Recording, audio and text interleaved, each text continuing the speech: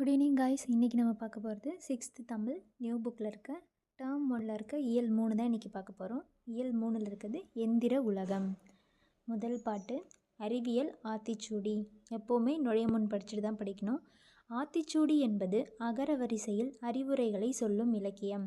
ஔவையின் ஆத்திச்சூடியை நாம் அறிவோம். பாரதியார் புதிய ஆத்திச்சூடி என்று காலத்திற்கேற்ற அறிவுரைகளை கூறினார். அகர வரிசையில் அறிவியல் அறிவோம், அகில உலகையும் ஆய்வு செய்வோம், அனைத்தையும் உலகின் நலத்திற்கு வழங்குவோம். ஆத்திச்சூடி அப்படிங்கிறது அகர வரிசையில் அறிவுரைகளை சொல்லும் இலக்கியம். ஔவையார் எழுதின ஒரு ஆத்திச்சூடி இருக்குது. அதுக்கப்புறமா பாரதியார் எழுதினது புதிய ஆத்திச்சூடி. ஓகேவா? அடுத்ததான் நெல்லை சுமுத்தி எழுதிய அறிவியல் ஆத்திச்சூடியை படிக்கலாம்.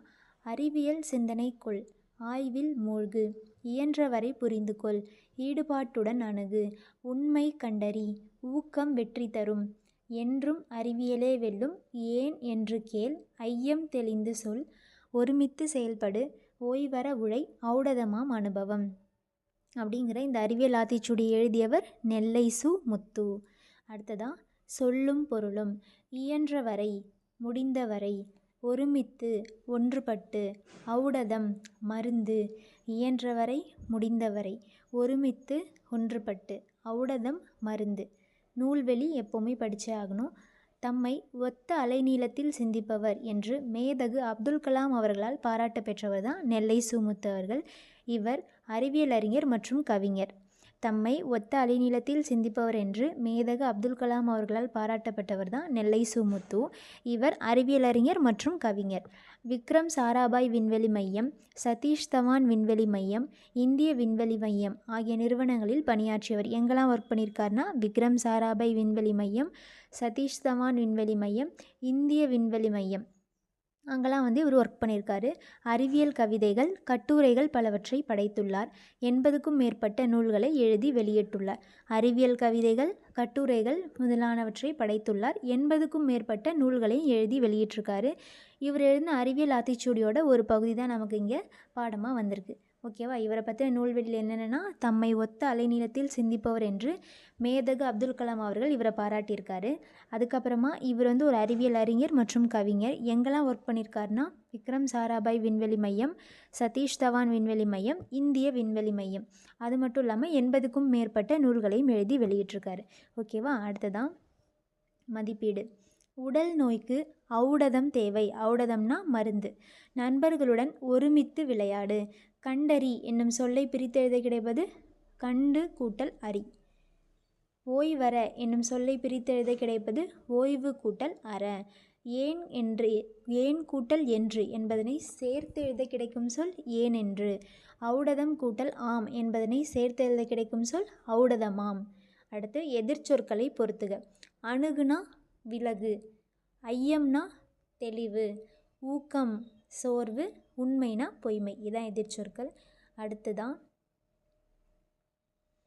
அறிவியலால் ஆள்வோம். நுழைய முன் படிக்கணும். அறிவியல் ஆய்வுக்கு எல்லை இல்லை. மண்ணில், விண்ணில், கடலில், காற்றில் என எங்கும் ஆய்வுகள் நிகழ்கின்றன. மனிதனின் நகலாக எந்திர மனிதனை மனிதரே படைக்கின்றனர். மனித உடலின் பாகங்களையும் இயந்திரத்தின் பாகங்கள் போல் மாற்றுகின்றனர். கோள்கள் இனி நமக்கு தொலைவு இல்லை. நேற்றைய மனிதன் நினைத்து பார்க்காத பலவற்றை இன்றைய மனிதன் நிகழ்த்தி காட்டுகிறான். இன்றைய மனிதனின் கனவுகளை நாளை நாம் நனவாக்குவோம். வாருங்கள். நுழைய முன் எப்போவுமே ஒரு டைம் ரீட் பண்ணிட்டு தான் போகணும். அடுத்ததான் பாட்டுக்குள்ளே போகலாம். ஆழக்கடலின் அடியில் மூழ்கி ஆய்வுகள் செய்து பார்க்கின்றான். நீலவானின் மேலே பறந்து நிலவில் வாழ நினைக்கின்றான். செயற்கைக்கோளை விண்ணில் ஏவி செய்தி தொடர்பில் சிறக்கின்றான். இயற்கை வளமும் புயலும் மழையும் எங்கே என்று உரைக்கின்றான். எலும்பும் தசையும் இல்லாது இயங்கும் எந்திர மனிதனை படைக்கின்றான். இணைய வலையால் உலகம் முழுமையும் உள்ளங்கையில் கொடுக்கின்றான். உறுப்பை மாற்றும் மருத்துவம் கண்டு உடலும் உயிரும் காக்கின்றான். அணுவை பிளந்து ஆற்றலை எடுத்து அனைத்தும் செய்து பார்க்கின்றான். நாளை மனிதன் கோள்களிலெல்லாம் நகரம் அமைத்து வாழ்ந்திடுவான். வேலைதோறும் பயணம் செய்ய விண்வெளி பாதை அமைத்திடுவான். பாடநூல் ஆசிரியர் குழு. இதை எழுதினவங்க பாடநூல் ஆசிரியர் குழு. அதுக்கப்புறமா பாடலின் பொருள். மனிதன் ஆழ்கடலுக்கு உள்ளேயும் சென்று ஆய்வுகள் செய்கின்றான். நீல வானத்தின் மேலே பறந்து நிலவில் சென்றும் வாழ நினைக்கின்றான். வானத்தில் செலுத்தப்படும் செயற்கைக்கோள்கள் உதவியுடன் செய்தி தொடர்பில் சிறந்துள்ளான். இயற்கை வளங்களையும் புயல், மழை ஆகியவற்றையும் கண்டறிந்து கூறுகிறான். எலும்பும் தசையும் இல்லாமல் செயல்படும் எந்திர மனிதனையும் படைத்து விட்டான். இணையவலையின் உதவியால் உலகத்தையே நம் உள்ளங்கையில் கொடுக்கின்றான். என்ன சொல்கிறாங்கன்னா பொருளில், ஆழ்கடலுக்கு உள்ளேயும் போய் ஆய்வு செய்கிறோம், நீல வானத்தோட மேலே பறந்து நிலவில் போயும் வாழ நினைக்கிறோம், வானத்தில் செலுத்தப்படும் செயற்கைக்கோள்கள் உதவியோட செய்தி தொடர்பில் வானத்தில் செலுத்தப்படும் செயற்கைக்கோள்கள் உதவியுடன் செய்தி தொடர்பில் சிறந்துள்ளான். இயற்கை வளங்களையும் புயல் மழை எப்போ வருது அப்படிங்கிறதையும் கண்டறிஞ்சு கூறுகிறான். எலும்பும் தசையும் இல்லாமல் செயல்படும் ரோபோ எந்திர மனிதனையும் படைத்து விட்டான். இணையவலையின் உதவியால் உலகத்தையே நம் உள்ளங்கையில் கொடுக்கிறான். இன்டர்நெட்டோட உதவியால் உலகத்தையே நம்மோட உள்ளங்கையில் கொடுக்குறாங்க. அடுத்ததாக, பாதிக்கப்பட்ட உடலுறுப்புகளை மாற்றி பொருத்தி உடலையும் உயிரையும் காக்க வழிவகை செய்துவிட்டான். பாதிக்கப்பட்ட உடலுறுப்புகளை மாற்றி பொருத்தி உடலையும் உயிரையும் காக்க வழிவகை செய்துவிட்டான். அணுவை பிளந்து ஆற்றலை எடுத்து அனைத்து தேவைகளையும் நிறைவேற்றி கொள்ள முயல்கிறான். நாளைய மனிதனோ விண்ணிலுள்ள கோள்களில் எல்லாம் நகரங்கள் அமைத்து வாழ்ந்திடுவான். அங்கு சென்று வர விண்வெளியிலும் பாதை அமைத்திடுவான் அப்படிங்கிறது தான் இந்த பாட்டோட பொருள். அடுத்ததான், வானை அளப்போம், கடல் மீனை அளப்போம், சந்திர மண்டலத்தியல் கண்டு தெளிவோம், சந்தி தெருப்பெருக்கும் சாத்திரம் கற்போம் அப்படின்னு சொன்னது பாரதியார். மனிதன் எப்போதும் உண்மையையே உரைக்கின்றான். ஆழ்கடல் என்னும் சொல்லை பிரித்தெழுத கிடைப்பது ஆழம் கூட்டல் கடல். விண்வெளி என்னும் சொல்லை பிரித்தெழுத கிடைப்பது விண் கூட்டல் வெளி. நீளம் கூட்டல் வான் என்பதனை சேர்த்தெழுத கிடைக்கும் சொல் நீலவான். இல்லாது கூட்டல் இயங்கும் என்பதனை சேர்த்தெழுத கிடைக்கும் சொல் இல்லாதியங்கும். அடுத்தது போலாமா? உரைநடை உலகம் கணியனின் நண்பன். நுழையும் முன் படிச்சுக்கோங்க. எல்லாம் எந்திரமயமாகி வருகிற காலம் இது. மனிதர்கள் தாங்கள் செய்யும் செயல்களை எந்திரங்களை கொண்டு செய்யும் வகையில் பலவற்றை உருவாக்கி வருகிறார்கள். மனுஷங்கள்லாம் அவங்க செய்கிற வேலையை எந்திரத்தை வச்சு செய்கிறதுக்காக பல வகையான எந்திரங்களை உருவாக்கி வராங்க அப்படின்னு சொல்கிறாங்க. அடுத்ததாக, மனிதர்கள் செய்ய முடியாத பணிகளையும் எந்திரங்கள் செய்கின்றன. மனுஷங்களால் செய்ய முடியாதையும் எந்திரங்கள் செய்யுது. வீடு, அலுவலகம், தொழிற்சாலை, மருத்துவமனை என்று பல இடங்களிலும் எந்திரங்கள் பணியாற்றுகின்றன. வீடு, ஆஃபீஸ், அப்புறம் ஃபேக்ட்ரிஸில், ஹாஸ்பிட்டல்ஸ்லன்னு எல்லா இடத்துலையுமே எந்திரங்கள் பணியாற்றுகின்றன. கணக்கு போடும் எந்திரம், கற்றுத்தரும் எந்திரம், வேலை செய்யும் இயந்திரம், விளையாடும் எந்திரம் என்று எங்கெங்கும் எந்திரங்கள். எந்திர உலகில் நுழைவோம், எல்லாவற்றையும் கற்போம். இதான் நுழையும் முன்னில் கொடுத்துருக்காங்க. அடுத்ததான், இதெல்லாம் இதுலேயும் முக்கியமான பாயிண்ட்ஸ் இருக்குது, அது மட்டும் நான் மார்க் பண்ணியிருக்கேன். மீதி எல்லாத்தையும் சும்மா ரீட் பண்ணால் போதும். கணியன் பள்ளி முடிந்து வீடு திரும்பினான். அழைப்பு மணியை அழுத்தினான். யார் அங்கே? வீட்டிற்குள் புதிய குரல். அதை கேட்டு திகைத்தான். யாருடைய குரல் இது? அம்மாவின் குரல் போல இல்லையே, சிந்தித்தான். அப்போது கதவு திறந்தது.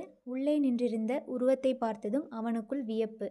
கணியன், வணக்கம், உள்ளே வா என்றது அவ்வுருவம். கணியன் சற்று பயத்துடன் தயங்கி நின்றான். அப்போது அங்கு வந்த அவனுடைய அம்மா, கனியா, ஏன் அங்கேயே நிற்கிறாய்? பயப்படாதே, உள்ளே வா என்றார். உள்ளே வந்த கணியன், அம்மா, யார் இது என கேட்டான். இதுதான் எந்திர மனிதன். தொழில்நுட்ப கண்காட்சிக்கு அப்பா போயிருந்தார் இல்லையா, அங்கிருந்து வாங்கி வந்துள்ளார். இனி இதுவும் நம் வீட்டின் உறுப்பினர்தான் என்றார் அம்மா. இது என்னோடு பேசியதே என கேட்டான் கணியன். ஆம், இது பேசும், பாடும், வீட்டு வேலைகள் செய்யும், படிப்பதில் உனக்கு உதவி செய்யும், என்னுடைய அலுவலக வேலைகளை முடிக்க உதவும், அப்பாவுடைய கணக்கு வழக்குகளையும் முடித்து தரும் என்றார் அம்மா. அப்படியா, இதனுடன் நான் பேசி பார்க்கட்டுமா என ஆவலோடு கேட்டான். பேசு, பயப்படாமல் பேசு என்றார் அம்மா. இங்கே வா என்றான் கணியன். எந்திர மனிதன் நகர்ந்து கணியன் அருகில் வந்து நின்றது. யார் நீ என கேட்டான் கணியன். நான் ஓர் எந்திர மனிதன், என்னை ரோபோ என்று அழைப்பார்கள். அப்போ எந்திர மனிதனை ரோபோ அப்படின்னு சொல்லுவாங்க. நீ எல்லா வேலைகளையும் செய்வாய் என்று அம்மா கூறினார். எப்படி உன்னால் அது முடிகிறது? அதற்கு நான் உருவான வரலாற்றை நீ முதலில் அறிந்து கொள்ள வேண்டும் என்று கூறிய ரோபோ தொடர்ந்து பேசியது. நான் உருவாவதற்கு முன்பே என்னை பற்றிய கற்பனை மனிதர்களிடம் இருந்தது. காரல் கபெக் என்பவர் செக் நாட்டைச் சேர்ந்த நாடகாசிரியர். காரல் கபெக் அப்படிங்கிறவர் செக் நாட்டைச் சேர்ந்த ஒரு நாடகாசிரியர். இவர் 1920 நாடகம் ஒன்றை எழுதினார். அதில் ரோபோ என்னும் சொல்லை முதலாக பயன்படுத்தினார். அப்போ ரோபோ என்னும் சொல்லை முதலாக பயன்படுத்தினவர் காரல் கபெக் அப்படிங்கிறவர். 1920 அவர் எழுதின நாடகத்தில் தான் ரோபோ அப்படிங்கிற சொல்ல முதலாக பயன்படுத்தியிருக்காரு. காரல் கபெக்ங்கிறவர் செக் நாட்டைச் சேர்ந்த நாடகாசிரியர். ரோபோ அப்படிங்கிற சொல்லுக்கு அடிமை அப்படிங்கிறது தான் மீனிங். ஒரு தொழிற்சாலையில் ரோபோக்கள் வேலை செய்வதாக அந்த நாடகத்தில் காட்சிகளை அமைத்திருந்தார். அதான் கார்ல் கபெக் வந்து ஒரு தொழிற்சாலையில் ரோபோ வந்து வேலை செய்கிற மாதிரி காட்சிகளை அமைச்சிருந்திருக்காரு. இவ்வாறு ரோபோ என்னும் சொல் வழக்கத்திற்கு வந்தது. மனிதர்கள் தம் வேலைகளை எளிதாக செய்ய முதலில் எந்திரங்களை கண்டுபிடித்தனர். அவற்றை இயக்குவதற்கு மனித ஆற்றல் தேவைப்பட்டது. இக்குறையை போக்க மனிதன் கண்டுபிடித்தவையே தானியங்கிகள். தானியங்கி என்றால் என்ன தெரியுமா? நுட்பமான, கடினமான, ஒரே மாதிரியான வேலைகளை மனிதரை விட விரைவாக தானே செய்து முடிக்கும் இயந்திரமே தானியங்கி ஆகும். நுட்பமான, கடினமான, ஒரே மாதிரியான வேலையை மனுஷனை விட ஃபாஸ்ட்டாக செஞ்சு முடிக்கிறது தான் தானியங்கி. ஒவ்வொரு தானியங்கிலையும் ஒரு கம்ப்யூட்டர் இணைக்கப்பட்டிருக்கும். தானியங்கியின் செயல்களை அந்த கம்ப்யூட்டர் தான் கட்டுப்படுத்தும். இவ்வகை தானியங்கிகள் இன்று பல தொழில் நிறுவனங்களில் பயன்பட்டு வருகின்றன. இவை பயன்படும் இடத்திற்கு ஏற்ற வகையில் எந்திர கைகள், நகரும் கால்கள், சூழ்நிலைகளை உணர்வதற்கான நுண்ணுணர்வு கருவிகள். சூழ்நிலைகளை உணர்வதற்காக தான் நுண்ணுணர்வு கருவிகள் ரோபோட்ஸில் பொருத்தப்பட்டிருக்கு. நான் அவற்றை பார்க்க வேண்டுமே என்றான் கணியன். வா, உனக்கு காட்டுகிறேன் என்று கூறிய எந்திர மனிதன் கணினியை இயக்கத் தொடங்கியது. கணினி திரையில் காட்சிகள் தோன்றின. அதுக்கு முன்னாடி இந்த தெரிந்து கொள்வோம் பாக்ஸ் படிச்சிடலாம். மனித முயற்சிகளுக்கு மாற்றாக தானே இயங்கும் எந்திரம் தானியங்கி. மனித முயற்சிகளுக்கு மாற்றாக தானே இயங்கும் எந்திரம் தான் தானியங்கி. இவை தோற்றத்தில் மனிதர் போல இல்லாமலும் இருக்கலாம், ஆனால் மனிதர்களைப் போல செயல்களை நிறைவேற்றும் அப்படின்னு பிரிட்டானியா கலைக்களஞ்சியம் தானியங்கிகளுக்கு விளக்கம் தருகிறது. இவை மனிதர்களைப் போல தோற்றத்தில் இல்லாமல் இருக்கலாம், ஆனால் மனிதர்களைப் போல செயல்களை செய்யும் அப்படின்னு சொன்னது பிரிட்டானிக்கா கலைக்களஞ்சியம் தானியங்கிகளை பற்றி விளக்கம் கொடுத்தது.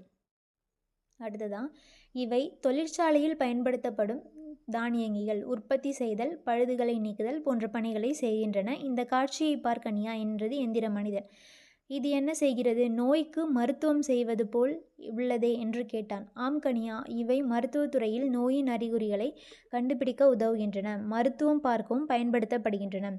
சிக்கலான அறுவை சிகிச்சைகளை செய்யும் ரோபோக்களும் உள்ளன. அப்படியா? அடுத்து என கேட்டான். பிற கோள்களுக்கு சென்று ஆய்வு நடத்தவும் செயற்கைக்கோள்களை இயக்கவும் தானியங்கிகள் பயன்படுகின்றன. பிற கோள்களுக்கு சென்று ஆய்வு நடத்தவும் நோயோட அறிகுறிகளை கண்டுபிடிக்கவும் இது உதவுது. பிற கோள்களுக்கு சென்று ஆய்வு நடத்தவும் செயற்கைக்கோள்களை இயக்கிறதுக்கும் தானியங்கிகள் பயன்படுது. உலகத்தில் மனிதர்கள் போக முடியாத இடங்கள் பல உள்ளன. பெருங்கடலோட அடியோட ஆழம், வெப்பநிலை உறைநிலைக்கும் கீழே உள்ள துருவ பகுதிகள், அதெல்லாம் வந்து மனுஷங்க போகவே முடியாத இடத்துல கொஞ்சம். இந்த இடங்களுக்கெல்லாம் போய் ஆய்வு நடத்துறதுக்கும் இந்த தானியங்கிகள் உதவி பண்ணுது அப்படின்னு சொல்கிறாங்க. அடுத்ததான், ஆனால் இவை உருவ அமைப்பில் உன்னை போல இல்லையே என கணியன் வினவினான். தமது வேலைகளை எளிமையாக செய்ய முதலில் தானியங்கிகளை உருவாக்கினான் மனிதன். பிறகு தன்னை போன்றே சிந்தித்து செயல்படும் தானியங்கிகளை உருவாக்க முயன்றான். அம்முயற்சியின் விளைவாக தோன்றியவர்களே என்னை போன்ற எந்திர மனிதர்கள். ஃபஸ்ட்டு எதுக்காக உருவாக்குறாங்கன்னா, அவங்களோட வேலையை சீக்கிரமாக, அதாவது சிம்பிளாக செஞ்சு முடிக்கிறதுக்காக தான் தானியங்கிகளை உருவாக்கியிருக்காங்க. அதுக்கப்புறமா அவங்கள மாதிரியே யோசித்து செயல்படும் தானியங்கிகளை உருவாக்கியிருக்காங்க. அந்த முயற்சியோட விளைவாக தான் ரோபோ அப்படிங்கிறது தோன்றியிருக்கு. அப்படியானால் எந்திர மனிதர்களுக்கும் தானியங்கிகளுக்கும் உள்ள வேறுபாடு என்ன? அதுதான் எங்களிடம் உள்ள செயற்கை நுண்ணறிவு. தானியங்கிகளுக்கும் ரோபோட்ஸ்க்கும் உள்ள டிஃப்ரென்ஸ் வந்து செயற்கை நுண்ணறிவு. செயற்கை நுண்ணறிவுனா என்னென்னா, மனிதர்களாகிய நீங்கள் உங்கள் நுண்ணறிவால் செயல்படுகிறீர்கள். நாங்களும் உங்களைப் போல செயல்பட எங்களுக்குள் சில கட்டளைகள் வடிவமைக்கப்பட்டு உள்ளன. இந்த செயற்கை நுண்ணறிவை கொண்டே நாங்கள் இயங்குகிறோம். உண்மையாகவே செயற்கை நுண்ணறிவை கொண்டு மனிதர் போல செயல்பட முடியுமா? முடியும். செயற்கை நுண்ணறிவின் வலிமையை நீ அறிந்து கொள்ள வேண்டுமா? ஒரு நிகழ்ச்சியை கூறுகிறேன் கேள். 1997ஆம் ஆண்டு மே மாதம் சதுரங்க போட்டி ஒன்று நடைபெற்றது.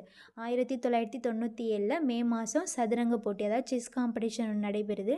அதில் உலக சதுரங்க வெற்றியாளர் கேரி காஸ்பரோவ் அப்படிங்கிறவர் கலந்து கொண்டார். IBM அப்படிங்கிற நிறுவனம் உருவாக்கிய டீப் ப்ளூ என்னும் மீத்திறன் கணினி அவருடன் போட்டியிட்டது. IBM நிறுவனம் உருவாக்கிய டீப் ப்ளூ அப்படிங்கிற மீத்திறன் கணினி கேரி காஸ்பரோவோட போட்டியிட்டிருக்கு. போட்டியோட முடிவில் டீப் ப்ளூ தான் ஜெயிக்குது. போட்டியின் என்னால் நம்பவே முடியவில்லை. அப்படியானால் நீயும் கூட சதுரங்கம் விளையாடுவாயா? ஓ, விளையாடுவனே. என்னை போன்ற எந்திர மனிதர்கள் என்னென்ன ஒர்க்லாம் பண்ணுறாங்கன்னா, உணவகங்களில் உணவு பரிமாறுகின்றனர், பொது இடங்களில் வழிகாட்டுகின்றனர், வெடிகுண்டுகளை செயலிழக்க செய்கின்றனர். உனக்கு இன்னும் ஒரு செய்தியும் சொல்கிறேன், கேட்கிறாயா? சொல், கேட்கிறேன் என்றான் கணியன் ஆர்வமாக. உலகத்திலேயே முதலாக ஒரு ரோபோவுக்கு குடியுரிமை வழங்கிய நாடு சவுதி அரேபியா. அந்த ரோபோவோட பேர் சோஃபியா. மேலும் ஐக்கிய நாடுகள் சபை வந்து புதுமைகளின் வெற்றியாளர் அப்படிங்கிற ஒரு பட்டத்தையும் சோஃபியாவுக்கு கொடுத்துருக்கு. மேலும் ஐக்கிய நாடுகள் சபை புதுமைகளின் வெற்றியாளர் அப்படிங்கிற பட்டத்தையும் சோஃபியாவுக்கு கொடுத்துருக்கு. உயிரில்லாத ஒரு பொருளுக்கு ஐநா சபை வந்து பட்டம் வழங்குவதும் இதான் ஃபஸ்ட்டு முறை. என்னை போன்ற எந்திர மனிதருக்கு இப்பட்டம் வழங்கப்பட்டதில் எனக்கு மட்டற்ற மகிழ்ச்சி அப்படின்னு ரோபோ சொல்லுது. இந்த பாக்ஸில் இருக்கதான் அந்த சோஃபியா ரோபோ. அடுத்ததான், இப்படியும் நடக்குமா என்ன? இனிவரும் காலங்களில் சோஃபியா போன்ற எண்ணற்ற எந்திர மனிதர்கள் உருவாக்கப்படுவார்கள். அவர்கள் அனைவரும் மனித இனத்தின் வளர்ச்சிக்கு உதவுவார்கள் என்றது எந்திர மனிதன். உங்களை பற்றி அறிந்து கொண்டதில் மிக்க மகிழ்ச்சி. சரி, என்னுடன் சதுரங்கம் விளையாட வருகிறாயா என்று கேட்டான் கணியன். அதோட இதை முடிஞ்சிடுச்சு இந்த உரைநடை. இந்த உரைநடை வந்து எதுக்கு இப்படி ஃபுல்லாக படித்தேன்னா, ஒரு டைம் படித்தா தான் நமக்கு இதில் என்னென்ன முக்கியமான பாயிண்ட்ஸ் இருக்குங்கிறதே தெரியும். எப்போவுமே இதை ஒரு டைம் படிச்சுட்டு முக்கியமான பாயிண்ட்ஸ்லாம் அந்த மாதிரி மார்க் பண்ணி வச்சுக்கோங்க. இதில் என்னென்ன முக்கியமான பாயிண்ட்ஸ்னால், ரோபோ அப்படிங்கிற சொல்லோட மீனிங் அடிமை. அது முதல்ல எங்கே பயன்படுத்தப்பட்டுச்சுன்னா, செக் நாட்டோட அறிஞர் காரல் கபெக் வந்து 1920 நாடகம் ஒன்று எழுதியிருக்காரு. அந்த நாடகத்தில் தான் பயன்படுத்தியிருக்காரு. அதுக்கப்புறமா ரோபோக்கள் வந்து நுண்ணுணர்வு கருவிகள், அதோட சேர்ந்து தான் ரோபோக்கள் உருவாக்கப்படுது. எதுக்காகனா, அந்த நுண்ணுணர்வு கருவிகளை வச்சு சூழ்நிலைகளை உணர்வதற்காக அந்த நுண்ணுணர்வு கருவிகள் ரோபோவோட பொருத்தியிருக்காங்க. அப்புறம் மனித முயற்சிகளுக்கு மாற்றாக தானே இயங்கும் எந்திரம் தான் தானியங்கி. இவை தோற்றத்தில் மனிதர் போல இல்லாமல் இருக்கலாம், ஆனால் மனிதன் செய்யக்கூடிய செயல்களை இவையும் நிறைவேற்றும் அப்படின்னு பிரிட்டானிக்கா கலைக்களஞ்சியம் வந்து தானியங்கிகளுக்கு விளக்கம் கொடுத்துருக்கு. அதுக்கப்புறம் கேரி கேஸ்ப்ரோ அப்படிங்கிறது உலக சதுரங்க வெற்றியாளர். அவர் கூட ஐபிஎம் நிறுவனம் தயாரித்த டீப் ப்ளூ அப்படிங்கிற மீத்திறன் கணினி செஸ் காம்படிஷனில் கலந்துக்குது. இறுதியில் டீப் ப்ளூ தான் வெற்றி பெறுது அப்படின்னு சொல்கிறாங்க. அந்த எப்போ நடந்துச்சு அந்த சதுரங்க போட்டினா 1997 மே மாதம். தானியங்கி இன்னொன்று வந்து தானியங்கிகளுக்கும் ரோபோக்கும் உள்ள டிஃப்ரென்ஸ் வந்து செயற்கை நுண்ணறிவு. ஓகேவா? அதில் செயற்கை நுண்ணறிவு தான் ரெண்டுத்தையும் வேறுபடுத்துது. அப்புறமா உலகிலேயே முதலாக சவுதி அரேபியா தான் ஒரு ரோபோவுக்கு குடியுரிமையை வழங்கியிருக்கு. அந்த ரோபோவோட பேர் சோஃபியா. மேலும் இந்த ரோபோவுக்கு வந்து புதுமைகளின் வெற்றியாளர் அப்படிங்கிற பட்டத்தை ஐநா சபை வழங்கியிருக்கு. ஐநா சபை வந்து ஒரு உயிரில்லாத ஒரு பொருளுக்கு பட்டம் வழங்குறது இதுதான் ஃபஸ்ட் டைம் அப்படின்னு சொல்கிறாங்க. இதுதான் இந்த லெசனில் உள்ளது. ஓகேவா? அடுத்ததான் மதிப்பீடு. நுட்பமாக சிந்தித்து அறிவது நுண்ணறிவு. தானே இயங்கும் எந்திரம் தானியங்கி. நின்றிருந்த என்னும் சொல்லை பிரித்து எழுத கிடைப்பது நின்று கூட்டல் இருந்த. அவ்வுருவம் என்னும் சொல்லை பிரித்து எழுத கிடைப்பது ஆ கூட்டல் உருவம். மருத்துவம் கூட்டல் துறை என்பதனை சேர்த்து எழுத கிடைக்கும் சொல் மருத்துவத்துறை. செயல் கூட்டல் இழக்க என்பதனை சேர்த்து எழுத கிடைக்கும் சொல் செயல் இழக்க. நீக்குதல் என்னும் சொல்லின் எதிர்ச்சொல் சேர்த்தல். எளிது என்னும் சொல்லின் எதிர்ச்சொல் அரிது. அதுக்கப்புறமா கோடிட்ட இடங்கள். மனிதன் தன் வேலைகளை எளிதாக கண்டுபிடித்தவை தானியங்கிகள். மனிதன் தன் வேலைகளை எளிதாக கண்டுபிடிச்சது எந்திரங்கள். தானியங்கிகளுக்கும் எந்திர மனிதர்களுக்கும் இடையே உள்ள முக்கிய வேறுபாடு செயற்கை நுண்ணறிவு. உலக சதுரங்க வீரரை வெற்றி கொண்ட மீத்திறன் கணினியோட பேர் ஐபிஎம் நிறுவனம் உருவாக்கிய டீப் ப்ளூ. சோஃபியா ரோபோவுக்கு குடியுரிமை வழங்கிய நாடு சவுதி அரேபியா. இந்த லெசனில் உள்ளதாக இருக்குது. அடுத்ததான் துணைப்பாடம். ஒளி பிறந்தது. நுழைய முன் படிச்சுக்கணும். குழந்தைகளிடமும் மாணவர்களிடமும் மிகுந்த அன்பு காட்டியவர் மறைந்த மேனாள் குடியரசுத் தலைவர் மேதகு அப்துல் கலாம் அவர்கள். மாணவர்கள் முன்னேற பல வழிகளை எடுத்துச் சொன்னவர். எதிர்காலம் பற்றி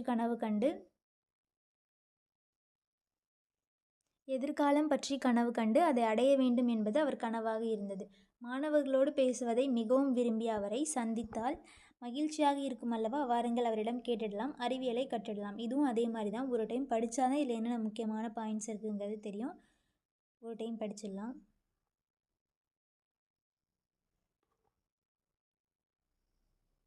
மாணவர்கள் தொழில்நுட்ப கண்காட்சி அரங்குகளை ஒவ்வொன்றாக பார்வையிட்டு கொண்டே வருகின்றனர். அங்கிருக்கும் கலாம் அரங்கு என்னும் பெயர் பலகை அவர்களின் கவனத்தை ஈர்க்கிறது. அரங்கினுள் ஆர்வத்துடன் நுழைகின்றனர். அங்கு அப்துல் கலாமின் புகைப்படங்கள் காட்சிப்படுத்தப்பட்டு இருக்கின்றன. அவற்றை பார்வையிட்டு முடித்த நேரத்தில் அங்கே ஒரு பெரிய திரை இருப்பதை காண்கிறார்கள். அங்கே வந்து மாணவர்கள் எல்லாம் உட்கார சொல்கிறாங்க. அதுக்கப்புறமா அந்த அரங்கு பொறுப்பாளர் வந்து மாணவர்கள்லாம் அங்கே உட்கார சொல்கிறாங்க. மாணவர்கள் வந்து முன்னாடி போய் உட்கார்றாங்க. அப்புறமா அரங்க பொறுப்பாளர் வந்து உங்களுக்கு என்னென்ன கொஷின்ஸ் இருக்குதோ அந்த கொஷின்லாம் அந்த திரையை நோக்கி கேளுங்க அப்படின்னு சொல்கிறாரு. நீங்கள் கேட்டிங்கன்னா ஐயா வந்து பதில் சொல்வார் அப்படின்னு சொல்கிறாரு. அதில் ஒரு மாணவர் வந்து முதல் கேள்வியை நான் கேட்கிறேன். அறிவியல் மீது உங்களுக்கு ஆர்வம் ஏற்பட காரணமான முதல் நிகழ்வு. இதுக்கு வந்து அப்துல் கலாம் அவர்கள் பதிலளிக்கிறாரு.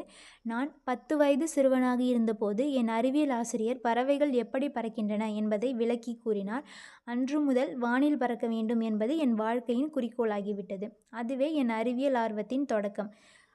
அடுத்ததாம் அவருக்கு பிடித்த புக்கு என்ன அப்படின்னு கேட்குறாங்க. அப்துல் கலாமுக்கு தமிழில் மிகவும் பிடித்த நூல் திருக்குறள். ஓகேவா? அந்த திருக்குறள் என்னென்னா, அறிவற்றம் காக்கும் கருவி செருவார்க்கும் உள்ளழிக்கல் ஆகா அரண். அந்த குறள் தான் அவரோட வாழ்க்கைக்கு வலு சேர்த்த குறள்னு சொல்கிறாரு. அதுக்கப்புறமா லில்லியன் வாட்சன் எழுதிய விளக்குகள் பல தந்த ஒளி அப்படிங்கிற நூலையும் எனக்கு ரொம்ப பிடிக்கும்னு சொல்கிறாரு. அந்த நூலை படித்தப்போ அறிவு, தன்னம்பிக்கை, மகிழ்ச்சி அந்த 3ஐயும் அவர் பெற்றதாக சொல்கிறாரு. தமிழில் அவருக்கு பிடிச்ச நூல் திருக்குறள். அறிவு அற்றம் காக்கும் கருவி செருவார்க்கும் உள்ளடிக்கல் ஆகாரன் அப்படிங்கிற திருக்குறள் அவரோட வாழ்க்கைக்கு வலு சேர்த்த குறள். அதுபோல் லில்லியன் வாட்சன் எழுதிய விளக்குகள் பல தந்த ஒளி, இதான் ரொம்ப முக்கியமான பாயிண்ட். லில்லியன் வாட்சன் எழுதிய விளக்குகள் பல தந்த ஒளி அப்படிங்கிற நூலையும் எனக்கு ரொம்ப பிடிக்கும்னு சொல்கிறாரு. அதை படித்தப்போ தான் அவருக்கு அறிவு, தன்னம்பிக்கை, மகிழ்ச்சி இந்த 3மே வந்தது அப்படின்னு சொல்கிறாரு. ஓகேவா? அடுத்ததான் இன்னொருத்தங்க, நீங்கள் பெரிதும் மகிழ்ந்த நிகழ்வு ஏவுகணை சோதனை தான் அல்லவா அப்படின்னு கேட்குறாரு. அதுக்கு வந்து அப்துல் கலாம் ஐயா இல்லைன்னு சொல்கிறாரு. ஏன்னா போலியோவினால் பாதிக்கப்பட்டவர்கள் 3 கிலோ எடையுள்ள செயற்கை கால்களை பொருத்தி கொண்டு சிரமப்பட்டு நடப்பதை கண்டேன். போலியோவால் பாதிக்கப்பட்டவங்க 3 கிலோ எடை இருக்க செயற்கை கால்களை பொருத்திட்டு நடக்கிறத பார்த்து ரொம்ப கஷ்டப்பட்டுட்டு பாதுகாப்பு கருவிகளில் பயன்படுத்தப்படும் கார்பன் இழை வந்து எதில் பயன்படுத்தப்படுதுன்னா பாதுகாப்பு கருவிகள். அதை வச்சு 300 கிராம் எடையில் செயற்கை கால்கள் உருவாக்கப்பட்டன. அதை வந்து அவங்க அணிஞ்சு மகிழ்ந்த நிகழ்ச்சி தான் அவருக்கு பெரும் மகிழ்வை அளித்தது அப்படின்னு சொல்கிறாரு. போலியோவால் பாதிக்கப்பட்டவங்க 3 கிலோ எடையுள்ள செயற்கை கால்களை பொருத்தி கொண்டு சிரமப்பட்டு நடப்பதை பார்த்துருக்காரு. அதனால் பாதுகாப்பு கருவியில் பயன்படுத்தப்படும் கார்பன் இழை அதை வச்சு 300 கிராம் எடையுள்ள செயற்கைக்கால் உருவாக்கப்பட்டுச்சு. அதை வந்து அவங்க போட்டு பார்த்த நிகழ்வு தான் அவரோட வாழ்க்கையில் ரொம்ப மகிழ்ச்சி தந்த நிகழ்வு அப்படின்னு சொல்கிறாரு. அதுக்கப்புறமா சுதந்திர இந்தியாவின் வெற்றிகளாக எவற்றை கருதுகிறீர்கள்? உணவு உற்பத்தியில் தன்னிறைவு அடைந்துள்ளோம். தகவல் தொழில்நுட்பத்துறையில் மிகுதியான வளர்ச்சி பெற்றுள்ளோம். எவ்வகையான செயற்கைக்கோளையும் ஏவும் திறன் நம்மிடம் உள்ளது. அணு உலைகள் மூலம் மின்சாரம் தயாரிப்பதில் முன்னணியில் உள்ளோம். நவீன மருந்துகளும் பாரம்பரிய மருத்துவ முறைகளும் வளர்ச்சி பெற்றுள்ளன. பாதுகாப்பு துறையை பொறுத்தவரை அக்னி மற்றும் பிருத்வி ஏவுகணைகளை செலுத்துவதில் வெற்றி பெற்றுள்ளோம் அப்படின்னு சொல்கிறாரு. பாதுகாப்பு துறையை பொறுத்தவரை அக்னி மற்றும் பிருத்வி ஏவுகணைகளை செலுத்துவதில் வெற்றி பெற்றுள்ளோம் அப்படின்னு சொல்கிறாரு. அதுக்கப்புறமா இது எல்லாத்தையும் தான் இந்தியாவோட வெற்றிகளாக கருதுகிறேன் அப்படின்னு சொல்கிறாரு. அதுக்கப்புறம் இந்த அளவிற்கு முன்னேறியுள்ளோம், ஆனால் மனிதர்கள் பல நோய்களால் பாதிக்கப்படுகின்றனர். அவற்றிற்கான மருந்துகள் இல்லையே. அவற்றை கண்டுபிடிக்க என்ன மாதிரியான ஆய்வுகள் நடைபெறுகின்றன ஐயா? கடலுக்கு அடியில் மனிதரால் கண்டறியப்படாத ஏராளமான தாவரங்கள், உயிரினங்கள் இருக்கின்றன. அவற்றிலிருந்து புதிய மூலக்கூறுகளை பெற முயற்சிகள் நடைபெற்று வருகின்றன. அவற்றை வெற்றி பெறும்போது எய்ட்ஸ் போன்ற உயிர்கொல்லி நோய்களுக்கு மட்டுமல்லாமல் இனிவரும் புதிய நோய்களும் கூட தடுப்பு மருந்து கண்டறியப்படலாம் அப்படின்னு சொல்கிறாரு. அதுக்கப்புறமா 100 ஆண்டுகளுக்கு பிறகு நமது இந்தியா எப்படி இருக்கும் என நினைக்கிறீர்கள்? 3 சிறப்புகளை பெற்றிருக்கும் என நம்புகிறேன் அப்படின்னு சொல்கிறாரு. அது என்னென்ன 3 சிறப்புனா, 1000 வருடங்களுக்கு முன்பு நாலந்தா பல்கலைக்கழகத்தில் இருந்ததை போல வலுவான கல்வி முறை இருக்க வேண்டும். 1000 வருஷத்துக்கு முன்னாடி இருந்த நாலந்தா பல்கலைக்கழகத்தில் இருந்த மாதிரி ஒரு ஸ்ட்ராங்கான கல்வி முறை அப்போ இருக்கணும்னு நினைக்கிறாரு 100 வருஷத்துக்கு அப்புறமா. ஓகேவா? அந்த நாலந்தாவை கட்டினவர் யாருன்னா குமாரகுப்தர். குப்த வம்சத்தில் வந்த குமாரகுப்தர் தான் நாலந்தா பல்கலைக்கழகத்தை கட்டினவர். அனைத்து இயற்கை வளங்களும் தீர்ந்து போயிருக்கும். ஆயினும் நாம் தயாரித்து அனுப்பிய செயற்கைக்கோள்கள் சூரிய சக்தியை பெற்று நமக்கு அளிக்கும்.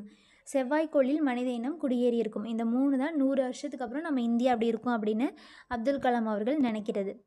அதுக்கப்புறமா செவ்வாய்க்கோளில் மனிதன் வாழ முடியுமா? சரி. செவ்வாய்க்கோளில் மனிதன் வாழ முடியுமா? சரி. எங்களையெல்லாம் எப்போது நிலவிற்கு அழைத்து செல்வீர்கள்? 525 கிலோ எடையுள்ள ஆளில்லா செயற்கைக்கோளை இந்தியா நிலவுக்கு அனுப்பியுள்ளது. அடுத்தடுத்த ஆண்டுகளில் ஏவூர்திகளில் மனிதர்களை நிலவிற்கு அனுப்புவோம். எனவே நிலவிற்கு செல்ல தயாராக இருங்கள். அதுக்கப்புறமா நிலவிற்கு செல்லலாம் என்றால் சூரியனுக்கும் கூட செல்ல முடியுமா ஐயா? சூரியன் தொடர்ந்து எரிந்து கொண்டே இருப்பதால் ஒளியையும் வெப்பத்தையும் வெளியிட்டு கொண்டே இருக்கிறது. அவ்வெப்பத்தை தாங்கும் அளவுக்கு இன்றைய சூழலில் கவசங்கள் இல்லை. வருங்காலத்தில் அதிகபட்ச வெப்பத்தை தாங்கும் கருவிகள் கண்டறியப்படலாம். அப்போது மனிதன் சூரியனையும் கூட சென்றடையலாம். ஐயா, முதலில் உலகின் முதல் விஞ்ஞானியாக யாரை கூறலாம் சொல்லுங்களேன். அறிவியலின் அடிப்படை கேள்வி கேட்கின்ற மனப்பான்மைதான். அறிவியலோட அடிப்படை கேள்வி கேட்கின்ற மனப்பான்மைதான். அறிவியல் பிறந்தது, வளர்ந்தது, வாழ்வது எல்லாம் இந்த கேள்வி கேட்கும் திறனால்தான். அறிவியல் பிறந்தது, வளர்ந்தது, வாழ்வது எல்லாமே இந்த கேள்வி கேட்கும் திறனால்தான். குழந்தைகளின் கேள்விகளுக்கு தான் முடிவே இல்லை. கேள்வி கேட்கும் ஒவ்வொரு குழந்தையும் விஞ்ஞானிதான். எனவே குழந்தைகளாகிய நீங்கள் தான் இவ்வுலகின் முதல் விஞ்ஞானிகள். அப்துல் கலாம் உலகத்தோட முதல் விஞ்ஞானிகள்னு யாரை சொல்கிறாருன்னா குழந்தைகளை. நாங்கள் தான் முதல் விஞ்ஞானிகளா? அப்படியென்றால் வளரும் இந்தியாவிற்கான எங்கள் பங்கு என்னவாக இருக்க வேண்டும் ஐயா? மாணவர்களாகிய நீங்கள் வருங்காலத்தில் எந்த துறையை தேர்ந்தெடுத்து கற்றாலும் அதில் உயர்ந்த குறிக்கோளை மனதில் கொள்ளுங்கள். அக்குறிக்கோளுக்கான அறிவையும் அனுபவத்தையும் சேகரித்து கொள்ளுங்கள். கடின உழைப்பால் வெற்றியடையுங்கள். உங்கள் வெற்றி இந்தியாவின் வெற்றிக்கு உதவும். வெண்பா, வெற்றியை அடையும் வழி எது ஐயா? 2 வழிகள் உள்ளன. அறிவை வளர்க்கும் அனைவரின் பேச்சையும் கவனிங்கள். வியர்வை வியர்வை வியர்வை உழைத்து கொண்டே இருக்கணும் அப்படிங்கிறது தான் சொல்கிறாரு. ஓகேவா? அடுத்ததான் இதோட முடிஞ்சிடுச்சு இது. இதுலேருந்து முக்கியமானது என்னென்னா, அவருக்கு அப்துல் கலாம் ஐயாவுக்கு தமிழில் மிகவும் பிடிச்ச நூல் திருக்குறள். மிகவும் பிடிச்ச திருக்குறள் அறிவாற்றம் காக்கும் கருவி செருவாருக்கும் உள்ளழிக்கல் ஆகாரன். இதுதான் அவரோட வாழ்க்கைக்கு வலு சேர்த்த குறள். அப்புறமா லில்லியன் வாட்சன் எழுதிய விளக்குகள் பல தந்த ஒளி அப்படிங்கிற நூலையும் அவருக்கு ரொம்ப பிடிக்கும். அது மூலயமா தான் அறிவு, தன்னம்பிக்கை, மகிழ்ச்சி, அந்த நூலை படிக்கும்போது அறிவு, தன்னம்பிக்கை, மகிழ்ச்சி இது 3ஐயும் அடைந்ததாக சொல்கிறாரு.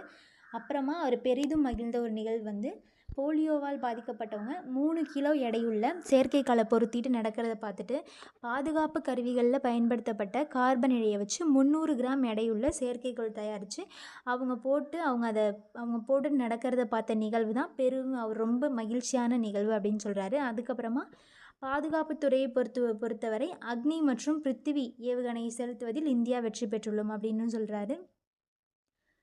அப்புறமா 100 வருஷத்துக்கு அப்புறமா இந்தியா எப்படி இருக்குன்னு நினைக்கிறீங்க அப்படின்னு கேட்கும்போது 1000 வருடங்களுக்கு முன்பு இருந்த நாலந்தா பல்கலைக்கழகத்தில் இருந்ததை போல் வலுவான கல்வி முறை இருக்கணும் அப்படின்னு சொல்கிறாரு. ஓகேவா? இதுதான் இந்த பாடத்தில் இருக்க முக்கியமான பாயிண்ட்ஸ். அதுக்கப்புறமா இலக்கணம். மொழி முதல் இறுதி எழுத்துக்கள். நம் தமிழ் மொழியின் சொற்கள் நாம் எளிதாக ஒலிக்கும் வகையில் உருவானவை. வேற்றுமொழி சொற்களை பேசுகையில் நமக்கு தடுமாற்றம் ஏற்படுகிறது. நம் மொழியின் சொற்களின் இயல்பையும் மரபையும் அறிந்து கொள்வது தேவையானது. சொல்லின் முதலிலும் இடையிலும் இறுதியிலும் எந்தெந்த எழுத்துக்கள் வரும் என்பதை அறிந்து கொள்வதால் மொழியை நன்கு பேச முடியும்.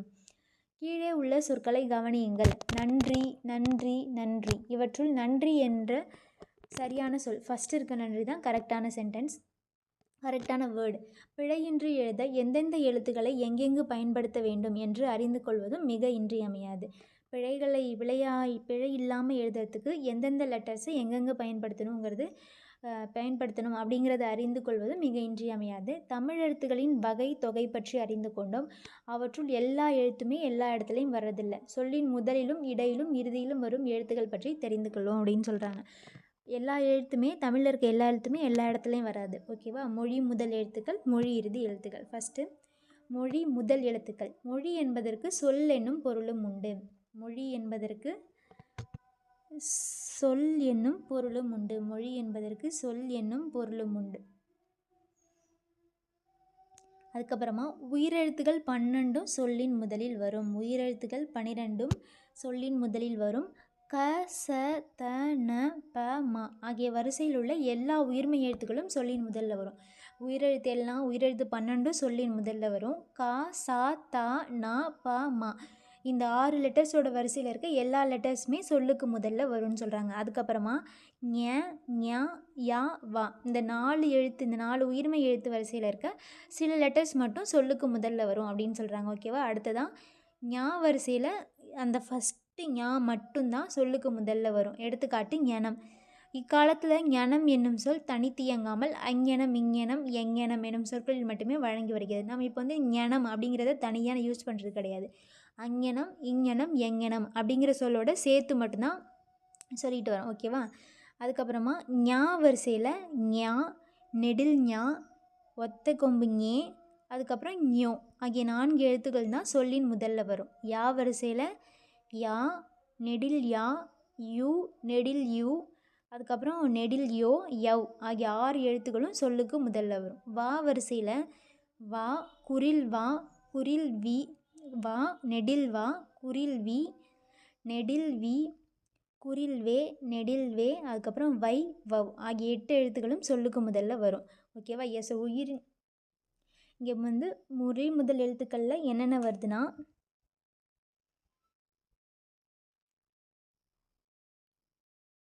மொழி முதல் எழுத்துக்களில் நமக்கு என்னென்ன வருதுன்னா உயிரெழுத்துக்கள் 12 சொல்லிற்கு முதல்ல வரும். கா, சா, தா, நா, பா, மா இந்த 6 எழுத்துக்களோட வரிசையில் இருக்க எல்லா உயிர்மெய் எழுத்தும் சொல்லுக்கு முதல்ல வரும். ஞா, ஞா, யா, வா இந்த 4 லெட்டர்ஸில் சில எழுத்துக்கள் இந்த வரிசையில் வர சில எழுத்துக்கள் மட்டும் சொல்லுக்கு முதல்ல வரும். அது என்னென்ன எழுத்துனா ஞா வரிசையில் ஞா மட்டும்தான்.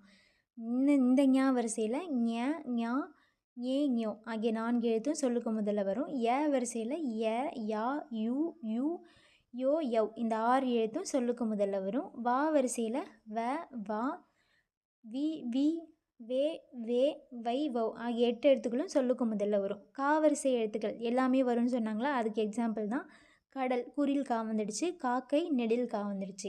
கிழக்கு, கீற்று, குருவி, கூந்தல், கெண்டை, கேணி, கைகள், கொக்கு, கோலம், கௌதாரி. ஓகேவா? இந்த மாதிரி இவங்க கொடுத்துருக்க எல்லா லெட்டர்ஸ்க்குமே வேர்ட்ஸ் இருக்கும், அதை நம்ம யூஸ் பண்ணுறதா இருக்கும். ஓகேவா? அதை சொல்லி பார்த்துக்கோங்க. அதுக்கப்புறமா மொழிக்கு முதலில் வராத எழுத்துக்கள். மெய்யெழுத்துக்கள் 18 சொல்லின் முதலில் வாரா. மெய்யெழுத்துக்கள் 18மே சொல்லுக்கு முதல்ல வராது. எப்பவுமே புள்ளி வச்ச எழுத்தை வந்து சொல்லுக்கு ஸ்டார்டிங்கில் வந்து நம்ம வச்சு எழுத மாட்டோம். அதனால் மெய்யெழுத்துக்கள் 18 சொல்லின் முதலில் வாரா. அதுக்கப்புறமா ட, ந, ர, ல, ழ, ல, ர, ந ஆகிய 8 உயிர்மெய் எழுத்துக்களின் வரிசையில் ஓர் எழுத்து கூட சொல்லின் முதலில் வராது அப்படின்னு சொல்கிறாங்க. ஓகேவா? இங்கே சொல்லியிருக்காங்கள மொழி முதல் எழுத்துக்களில் மேலே ஏதோ ஒரு 6 லெட்டர் கா, ச, த, நா, பா, மா இந்த 6 லெட்டரு. அதுக்கப்புறமா இங்கே ஞ, ஞ, ய, வா இந்த 4 லெட்டரு. இந்த 10 தவிர மீதி இருக்க 8 எழுத்தும் மீதி இருக்க இந்த 8 எழுத்துமே மொழிக்கு முதல்ல வராது. அந்த 10 எழுத்து மட்டும்தான் மொழிக்கு முதல்ல வரும். அதுலேயுமே இந்த கடைசி 4 ஞ, ஞ, யாவால் சில எழுத்துக்கள் மட்டும் மொழிக்கு முதல்ல வரும். ஓகேவா? அதுக்கப்புறமா ஆயுத எழுத்து சொல்லின் முதல்ல வராது. ஆயுத எழுத்து சொல்லின் முதல்ல வராது. மெய் எழுத்தும் சொல்லுக்கு முதல்ல வராது. அப்புறமா அங்கே சொன்னாங்களே ஞ, ஞா, யா, வா இந்த 4 லெட்டரில் அங்கே மொழிக்கு முதல்ல வரதா சொல்லி சில லெட்டர்ஸ் ஒவ்வொரு வரிசையிலையும் சொல்லியிருக்காங்களா, அந்த லெட்டர்ஸை தவிர மீதி இருக்க எழுத்து எதுவுமே மொழிக்கு முதல்ல வராது. ஓகேவா? அதுதான் இதில் சொல்லியிருக்காங்க. அப்படி அது அவங்க சொன்னதை தவிர மீறி அந்த எழுத்துலாம் வந்ததுன்னா அது எதுவுமே வந்து தமிழ் மொழி சொல்லாக இருக்காது. இவங்க இங்கே சொல்லியிருக்க எழுத்துக்களை தவிர இவங்க சொல்லியிருக்காங்களே இந்த எழுத்துக்கள் ஞால வந்து இந்த 4 மட்டும்தான் ஃபஸ்ட்டில் வரும், யால இந்த 6 மட்டும்தான், வால இந்த 8 மட்டும்தான் ஃபஸ்ட்டில் வரும் அப்படின்னு சொல்லியிருக்காங்களா. அது மாதிரி இங்கே ட, நா, ரா, லா, ழா, லா, ராணா அப்படி சொல்லியிருக்காங்களே இந்த 8 எழுத்து வந்து மொழிக்கு முதல்ல வராதுன்னு சொல்லியிருக்காங்க.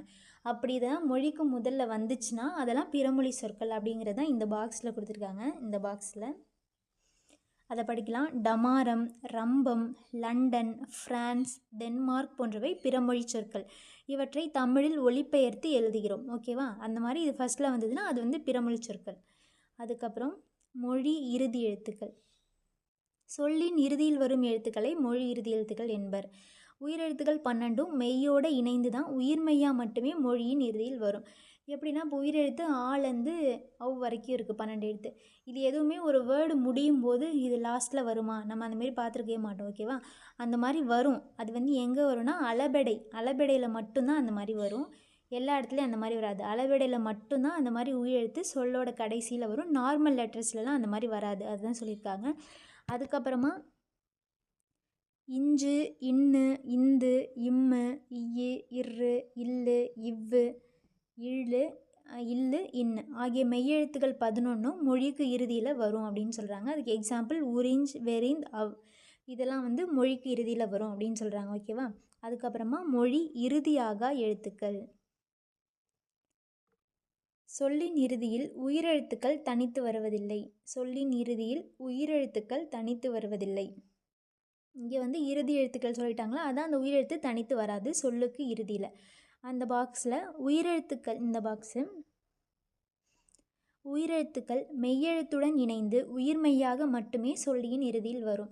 அளபெடை எழுத்துக்களில் இடம்பெறும் போது உயிரெழுத்துக்கள் சொல்லின் இறுதியில் வரும். அதான் இந்த தழி ஈ அப்படின்னு சொல்லும்போது ஈ வந்து கடைசியில் முடியுதா, தழிங்கிறது சொல்லி செயலபடை, அந்த ஈ வந்து கடைசியில் முடியும். ஸோ அளபெடை எழுத்துக்களில் மட்டும்தான் உயிரெழுத்து சொல்லின் இறுதியில் வரும். ஆயுத எழுத்து சொல்லின் இறுதியில் வராது.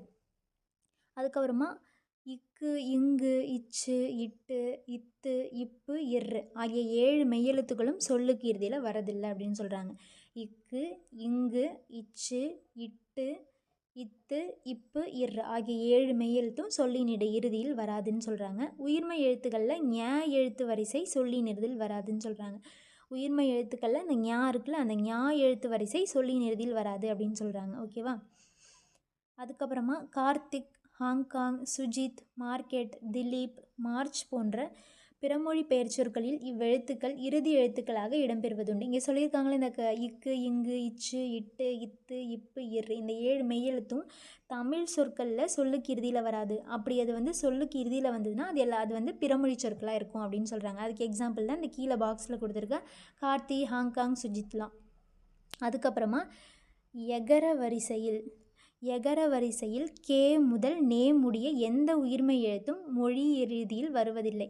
எகர வரிசையில் கே முதல் நே வரை இருக்க எந்த உயிர்மெய் எழுத்துமே மொழிக்கு இறுதியில் வராது. ஒகர வரிசையில் நோ தவிர பிற உயிர்மெய் எழுத்துக்கள் மொழி இறுதியில் வருவதில்லை.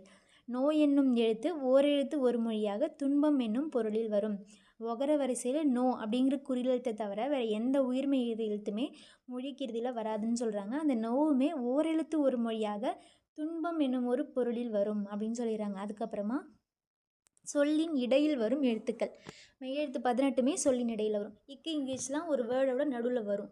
அதுக்கப்புறமா உயிர்மெய் எழுத்துக்கள் சொல்லின் இடையில் வரும். காஞா, சா அதெல்லாம் சொல்லுக்கு இடையிலையும் வரும். ஆயுத எழுத்து சொல்லின் இடையில் மட்டுமே வரும். நான் எப்போவுமே சொல்லுக்கு இடையில் மட்டும்தான் வச்சு எழுதுவோம். எக்கு, அஃது இதெல்லாம் அதுக்கு எக்ஸாம்பிள். அளபெடையில் மட்டுமே உயிரெழுத்துக்கள் சொல்லின் இடையில் வரும். அளபெடையில் மட்டும்தான் மெய்யெழுத்தும் உயிர்மெய் எழுத்து அக்கேனா இது 3 மட்டும்தான் சொல்லுக்கு இடையில் வரும். உயிரெழுத்து சொல்லுக்கு முதல்ல மட்டும்தான் வரும். தமிழ் சொற்களில் சொல்லுக்கு முதல்ல மட்டும்தான் வரும். அளபெடையில் தான் சொல்லுக்கு இறுதியிலையும் இடையிலையும் வரும். ஓகேவா? உயிரெழுத்துகள். அளபெடைனா என்னென்னு நெக்ஸ்ட் கிளாஸில் பார்க்கலான்னு சொல்லியிருக்காங்க. இதோட இந்த இலக்கண பாட்டு முடிஞ்சிடுச்சு. அதுக்கப்புறமா மொழியை ஆள்வோம். பத்தியை படித்து வினாக்களுக்கு விடை எழுதுக. பத்தியை படித்து வினாக்களுக்கு விடை எழுதுக. 1921ஆம் ஆண்டு இந்த மாதிரி இந்த பேராகிராஃப்லாம் நமக்கு படிக்கும் போதே தெரியும் இது முக்கியம் அப்படின்னு. அந்த மாதிரி தெரியறதெல்லாம் கண்டிப்பாக படிச்சுக்கணும். 1921ஆம் ஆண்டு மத்திய தரைக்கடலில் ஒரு கப்பல் இங்கிலாந்தை நோக்கி சென்று கொண்டிருந்தது. தமிழர் ஒருவர் கப்பலின் மேல்தளத்தில் நின்று கடல் அலைகளை பார்த்து கொண்டிருந்தார். திடீரென அவரது உள்ளத்தில் கடல் நீர் ஏன் நீல நிறமாக காட்சியளிக்கிறது என்ற வினா எழுந்தது. அவ்வினா அவரை உறங்க விடவில்லை. இங்கிலாந்து பயணம் முடிந்து இந்தியா திரும்பினார். பிறகு பாதரச ஆவி விளக்கு, பென்சீன் மற்றும் நிறமாலை காட்டி ஆகியவற்றின் உதவியுடன் தமது ஆய்வை தொடங்கினார். ஆய்வின் முடிவில் 1928 பிப்ரவரி 28ஆம் நாள் ராமன் விளைவு என்னும் தமது கண்டுபிடிப்பை வெளியிட்டார். இக்கண்டுபிடிப்பு இந்தியாவிற்கு அறிவியலுக்கான முதல் நோபல் பரிசை பெற்றுத்தந்தது. 1928ஆம் ஆண்டு பிப்ரவரி 28 தான் சர் சி.வி. ராமன் அவர்கள் ராமன் விளைவை கண்டுபிடிச்சு வெளியிட்டிருக்காரு. இந்த கண்டுபிடிப்பு தான் இந்தியாவிற்கு அறிவியலுக்கான முதல் நோபல் பரிசு. இந்தியாவில் அறிவியலுக்கான முதல் நோபல் பரிசை பெற்றுத்தந்தது சர் சி.வி. ராமனோட ராமன் விளைவு தான். அதனால தான் பிப்ரவரி 28ஆம் நாளை அவர் ராமன் விளைவை வெளியிட்ட நாள். அது சர் சி.வி. ராமன் விளைவை கண்டுபிடிச்சு வெளியிட்ட நாள் தான் பிப்ரவரி 28. அதை தான் நம்ம தேசிய அறிவியல் நாள் அப்படின்னு கொண்டாடி வர்றோம். ஓகேவா? அதை தான் இந்த பாக்ஸில் சொல்லியிருக்காங்க. அதுக்கப்புறமா இந்த பேராகிராஃபை படிச்சுட்டு கீழே கொஷின்ஸ் கேட்டிருக்காங்க. ராமன் விளைவை கண்டறிந்தவர் சர் சி.வி. ராமன் அவர்களுக்கு நோபல் பரிசை பெற்று தந்த கேள்வி கடல் நீர் ஏன் நீல நிறமாக காட்சியளிக்குது அப்படிங்கிற கேள்வி. தேசிய அறிவியல் நாள் எப்போது கொண்டாடப்படுகிறது? பிப்ரவரி 28. ஓகேவா? அடுத்ததான் மொழியோடு விளையாடு. பிறமொழி சொற்கள் கொடுத்துருக்காங்களா? அந்த சொற்களுக்கு தமிழ் சொல் கம்ப்யூட்டர்னா கணினி, காலிங் பெல்னா அழைப்பு மணி, மிஷின்னா எந்திரம், ரோபோனா எந்திர மனிதன். அதுக்கப்புறமா கலைச்சொல் அறிவோம். செயற்கை நுண்ணறிவு ஆர்டிஃபிஷியல் இன்டெலிஜென்ஸ், செயற்கைக்கோள் சேட்டலைட், மீத்திறன் கணினி சூப்பர் கம்ப்யூட்டர், நுண்ணறிவு இன்டெலிஜென்ஸ். செயற்கை நுண்ணறிவு ஆர்டிஃபிஷியல் இன்டெலிஜென்ஸ், செயற்கைக்கோள் சேட்டலைட், மீத்திறன் கணினி சூப்பர் கம்ப்யூட்டர், நுண்ணறிவு இன்டெலிஜென்ஸ். இதோட 6th டேர்ம் 1ல் இருக்க இயல் 3 முடியுது. ஓகேவா? இதோட 6th டேர்ம் 1 முடிஞ்சிடுச்சு. இயல் 1, இயல் 2, இயல் 3மே நம்ம பார்த்தாச்சு. நெக்ஸ்ட் வீடியோவில் 6th தமிழ் நியூ புக்கில் இருக்க டேர்ம் 2ல் இருக்க இயல் 1 பார்க்கலாம். ஓகேவா? தேங்க்யூ.